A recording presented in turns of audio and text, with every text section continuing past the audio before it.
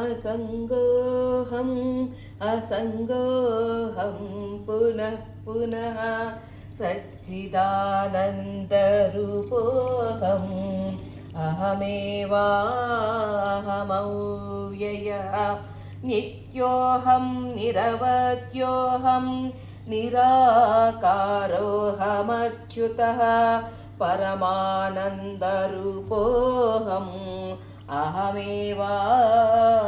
अहमव्ययः प्रज्ञानघन एवाहं विज्ञानघन एव च अकर्ताहम् अभोक्ताहम्